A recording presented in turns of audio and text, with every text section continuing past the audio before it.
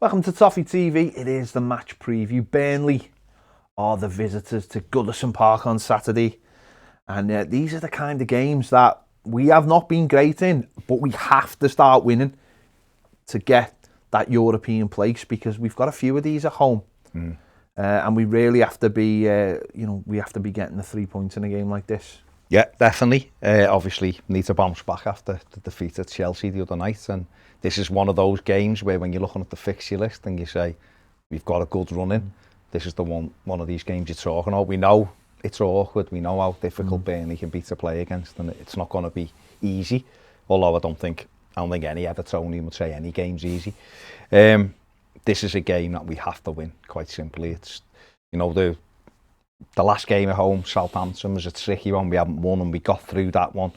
And we need to do the same with this. And, we've lost 4 of the last 6 home games. So it's about maintaining, the positive, result that we had last time at Goodison and building on that. And if we do that and get a bit of form at home, then we will finish in Europe. Well, I suppose, listen, the last two games before the Chelsea game were both difficult games that we had to grind out, Southampton and West Brom. And this will be similar. We know what Burnley are all about. We know how they like to play the low block. We know they make it difficult. They try to rough you up, set pieces, all those kind of things. Not dissimilar to what we do, to be perfectly honest with you. It's not that different. No. It's just we wait for those moments of,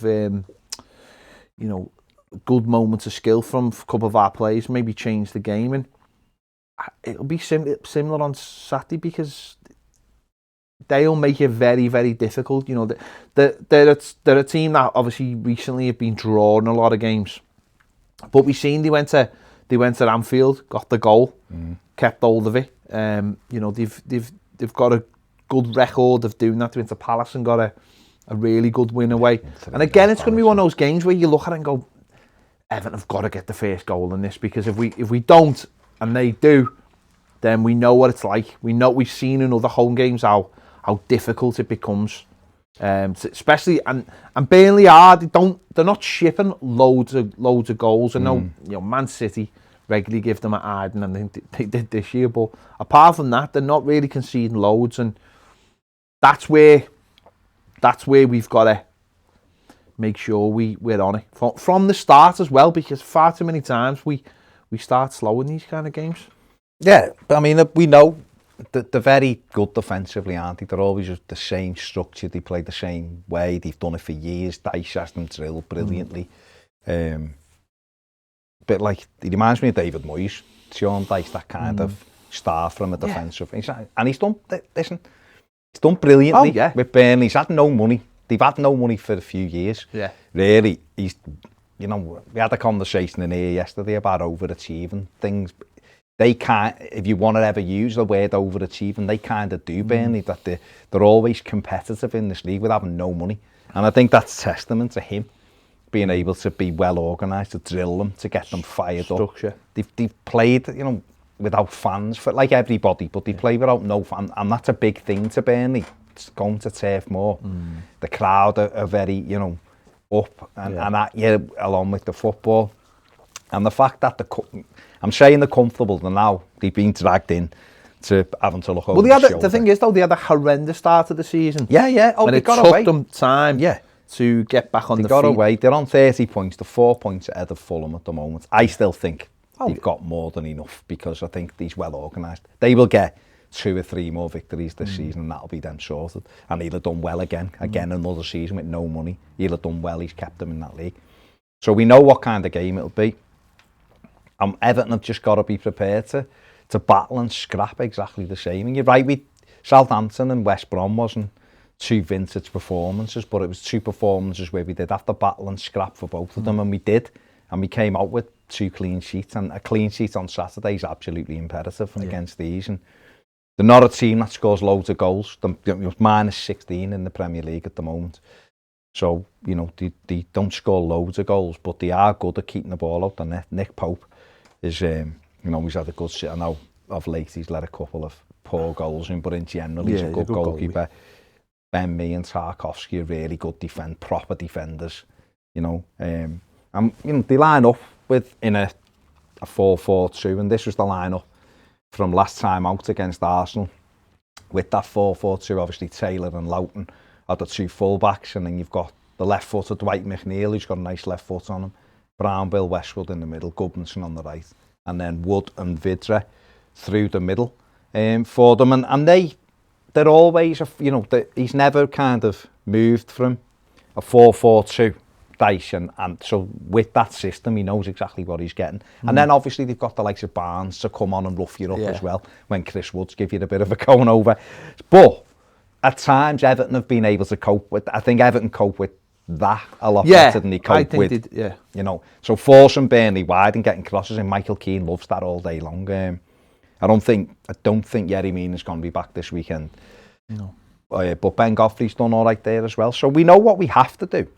It's being able to do it. And I think in some respects, this game might be easier for Carlo Ancelotti to cope without the core, just because of the way Burnley line up in a 4-4-2. So we can almost match up. We saw Tom Davies coming back the other night. He came off the bench after he's had an injury. Hopefully he'll be fully fit at the weekend, and he can go with Alan and him in the middle. And then it'll be how the manager pieces the rest of it together. Is James Rodriguez going to be available? Yeah. He said possibly. He did say Seamus Coleman would be fit for this one at the weekend. So whether they employ Seamus Coleman on the right side of the midfield ahead of Holgate instead of Iwobi, I don't know. Is that too negative? I don't know. So he's got some choices to make, because obviously Andre Gomez, Gylfi Sigurdsson, do you keep those two in for this one? No. So what would you? I mean, well, that's the thing. So, what would you do? For me, for this game, I think you have to start from that point of view of don't concede. Right? Don't concede. We've been caught before playing teams where we've tried to be maybe more positive than we need to be. So hopefully, if Tom's back, Tom Davis, Alan in there for me, definitely. And then, like you say, it's the problem is then. Do you see? For me, I'd look at it and maybe look to bring and have Richarlison and King.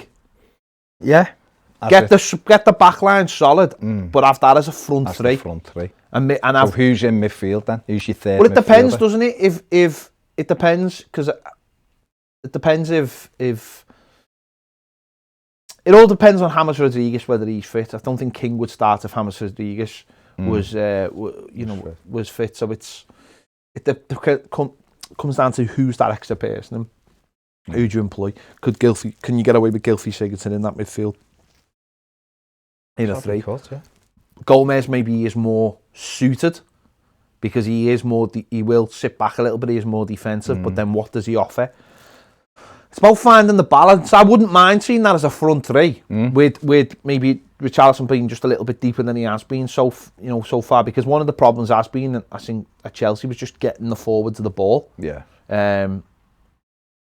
Now it might be a little bit easier in this game, but Richarlison's a weird one because when he plays up front, he's great. But then it's like, well, who gets him the ball? Who's the person who drives forward with the ball? Who drives forward with it?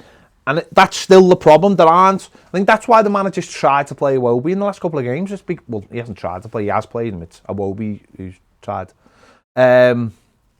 It's who gets the ball in midfield and drives. And I think that's why he's played Iwobi, to be that person. Because Richarlison's playing further forward. Could Everton consider playing 4-3-2-1 in this, but the two being King and Richarlison, so that they're closer to Dom? Or do you think it's going to be about width in this one, and therefore you want King and Richarlison? The problem is, because Mason Holgate doesn't provide width, that's where it comes from, doesn't it? It comes from there, because if you're playing two up front, then it's going to be a diamond. If it's going to be a diamond, you need your full-backs. And Mason Holgate doesn't go forward. So straight away, it has to be flat three. Straight away, you're causing yourself problems, aren't you? I've seen a piece there early on saying David Ancelotti saying about playing the diamond against Southampton. He said he didn't think it was going to work, but Carlo was insistent that it would work, and he said, well, it did work. Now, do they go with that again? But it's the makeup, isn't it? You've got Alan, you've got Tom, but you haven't got the core, right? And that's the problem. There's no, as you said, we'll probably get away with it in this game a little bit more. But getting away with it's one of those things, because it's not about getting away with it. It's about having the players to just go and win the game. Do Everton need to find like a solution that will carry us through for the next 11 games? So I'm talking about we'll get away with it in this, because this is a 4-4-2. Or do we need, what I mean is, do we need to take games individually now and piece the team around that? Or for you, because when Decore's in, you can play many different ways because he does a lot of the jobs. Is it more of a case of Ancelotti going, right, this is the system we're using for the rest of the season? Or do you think we just need to keep looking and going, we've got Burnley this week, and then we've got, you know, the next league games, Crystal Palace at home? Well, it's the latter, isn't it? Because he hasn't, we can't sit, none of us can sit here, or none of us talking about Everton and go, this is the way we've been playing all season. Because we haven't played like a system all season. No. We've been playing different systems, you know, whether it be and he's changed the one team up front 25 times. Exactly. So he changes his team to tactically to go against another side. Sometimes it works, sometimes it doesn't, because we don't necessarily have the parts that sort of are universal. And when I say that, I mean like the right back. The right back's not like, we haven't got like a right back that you can go, well, today we're going to ask you to just sit in, and but today we're going to ask you to bomb on. We've either got Seamus Coleman who will try and bomb on, or Mason Holgate who won't go anywhere. That's it. And Seamus hasn't been available either. You know, left back Luca Dean, you know he's going to do every game. So we don't have that versatility. And then you are looking now and scratching your head going, well, if we play this system, then we haven't got any width. And that's what I'm saying about bringing Iwobi in. I think that's why he started to bring him in. That's why he's obviously brought Bernard back in, because we have got players out. So it just becomes, it starts limiting, doesn't it? Obviously, having less players starts limiting what you can do. But it also shows that there's no real balance to the squad. Because you're taking a Decore out and you're like, what do we do now? Now you've got Onyongo on the bench. Now he's very young. And maybe it would be nice to start seeing a little bit more of him coming off the bench, but then that's only the manager can decide that by what the lad offers.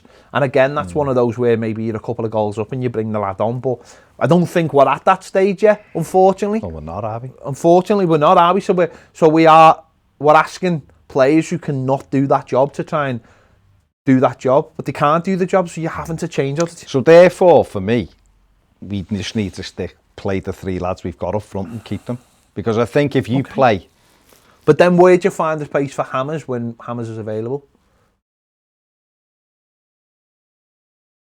Maybe Hammers plays in the diamond. Maybe you'd end up with almost four strikers. I know you wouldn't get away with that in some games, of course you wouldn't. You get ran over all over the gaff. And then maybe one of those three strikers drops out then into that and goes back to the bench. Maybe it's King who comes in and goes out. But it's up to him to get in and do the business, so that you're looking and going, well, I can't drop him, and you know, what's he doing, or what's Dom doing, or do you know what I mean? Maybe we need to do that. But I think we're a better team with James Rodriguez in than we are, because he creates things from nothing. And I think maybe when James is in, maybe you do try to play the diamond. I know what you're saying about Holgate not offering us width, but James Rodriguez offers so much in that number 10. It's not a case of not playing a system because of the players we don't have. We've done it before and we've got joy out of it. You see, I'm the great believer in, if you've got like Tom Davies and you've got Alan, and they can just, Davies will sit more than Alan because he's naturally started doing that. But if you've got a good anchor with your 4 defenders, that's 6 defenders, you should be able to cope with anyone. Really, you should be able to play that and 4 attackers. But we know that people have to work, and Richarlison will work back and protect Luca Dean. If James Rodriguez is available this weekend, right, I'd drop Dom Calvert-Lewin. And play who? Play King. Would you? Because, number one, I think Dom needs a rest. Looks like he doesn't look a bit of a rest. He doesn't look fit. No. I don't think he's come back fit. No, he's not sharp. I don't think he's got that sharpness. No. Right? But I also think that having 2 lads who can go like that and can go like that. Whereas I think Dom, I love Dom to bits. But I think sometimes in a game like this, it might be wise to have him coming off the bench with 30 minutes to go, rather than having someone like King coming off the bench, who really hasn't offered anything. I'd like to see King get a start, because I think with him and Richarlison, this one's from a Hammers. Runners. You've got a runner who can run behind, whereas Burnley, I think, will enjoy. Look at the goal he scored against him, right? Richarlison runs down one side and he runs down the other, right? But recently, it's like Dom, because he doesn't look sharp to me, it's like he's hit a... Don't get me wrong, when he came on Anfield, he was amazing. No, he's brilliant. Yeah. But it's like there's a default setting, and the default setting is just play everything long to him. And I think Burnley will love that.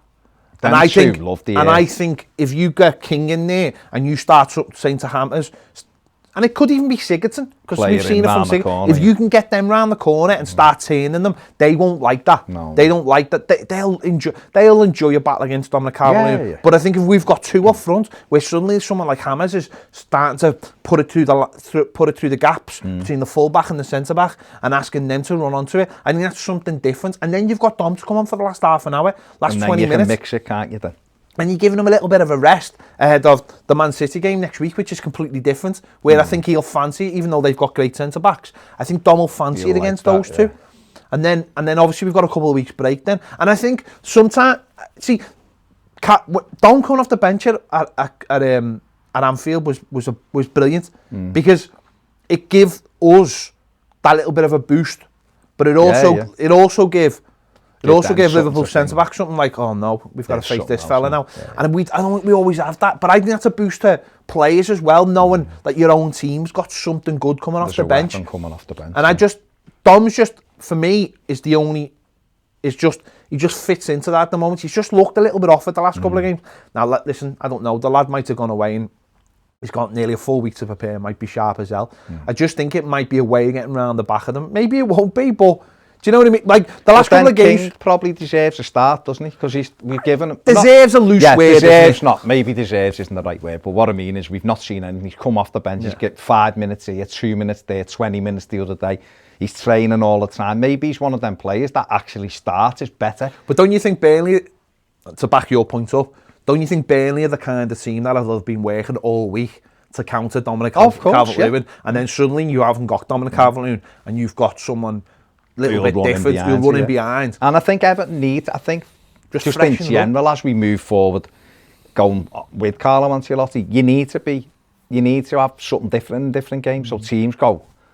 Yeah. You know, Liverpool planned for Dominic Calvert-Lewin. Yeah.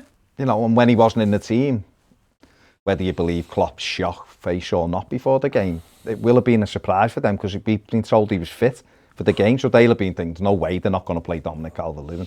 It does kind of throw you a little bit. Oh, like we've got something else to think about. And you're right to think, looking at the bench and seeing him warm up and go, we've got Dom to come on here, and you're a centre back, Ben Mee and Tarkowski, and they've been dealing with runners, and then Dominic Calvert-Lewin's getting ready to come on and think we've got a different threat now. But what it does is as well is, I think having two runners up front, and the weird thing about Dom is Dom's got fast as well, but he doesn't instinctively make runs, where I think King will, and I think that might offset what we haven't got on the right-hand side if he's playing in that channel, because you can slide balls into him then and ask him to hold the ball up, and I don't think Dom comes to the ball a lot more, whereas I think if you get the ball and you can go, right, I can slide one in here, which is what a Sigurdsson or a James will want to do more often, or even if it's Holgate playing right back and he sends one down, the line, and you're asking, and they get you up the pitch. I don't think we do that enough as a team. No. We don't use what are simply our best players, which are our front two, enough like that, where it's get them up, hold it up, and then start again higher up the pitch. We counter-attack far too much. We don't play with... When we attack, we attack in like 2s and 3s rather than the whole team. And everything's slow, isn't it? So, I mean, that could be... I don't know. Management might be completely different, but... Of course, but there's the opportunities there to either play them as a 3 and go for it, or you're right, maybe mix the front two up and play the diamond again and go, let's see what happens if James is fit or whatever. Like I said, Everton have lost 4 of the last 6 home games, as many as we had in our previous 22. I was going to say that one. 5 of Burnley's last 7 Premier League games have ended level. Yeah. Even though though all of the draws come in the home games. Okay. 6 of Burnley's 20 Premier League goals this season have come in the opening 15 minutes of games, so we don't normally start the game very well, so we'll have to be on that. No side netting a higher ratio in this time, 30%. Although the Clarets have conceded a league high 10 times in the opening 15 minutes this season as well. Interesting. No team has failed to score in more different Premier League away games than Burnley. interesting. Chris Ward has scored 2 goals in 3 Premier League appearances against Everton. Great. Carlo Ancelotti has lost his 2 Premier League home games against English managers this season, Steve Bruce and Scott Parker. That's not good, is it? That's not good. That's just in general. Against no side has Everton's Alex Iwobi been involved in more Premier League goals than he has against Burnley. He scored 2 goals and 2 assists. He played well at Burnley. And Dominic Calvert-Lewin's 13 Premier League goals this season have been worth 14 points to Everton, more valuable than any other player in the competition so far this term. It's also the most points won by an Everton player in a single campaign in the competition. Start him. Yeah. No, but he could come off the bench and get the winner, couldn't he? So it come off the bench and get the third.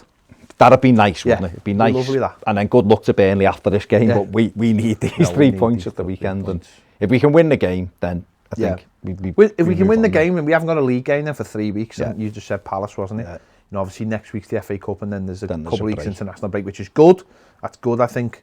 Not necessarily that. Just I think we need some of our players just need that little bit of a break. James would be rested then. Mina would be back then. The Charlison needs a rest. So you're starting. You know, we know the core, he won't be back, but you know, at least everybody else, you're starting to get him a little bit of freshness. Yeah, and then hopefully by then, you know, your squad, Robin Olsen will be fully fit again and things like that. So you'd be moving back towards having most of your players available and for the running then, which would be interesting. Yeah. Let us know your thoughts in the comments on this one. It is, as always, Burnley a potential banana skin always. They never make it easy for you, ever. Tough game. Ever. So let us know your thoughts in the comments. Don't forget to give this video a like, subscribe if you haven't already, and if you want more great videos, join us on Patreon, where you get videos early, you get exclusive videos, and you get that daily live videos. The link is in the description. It's also on the screen right now. See you later.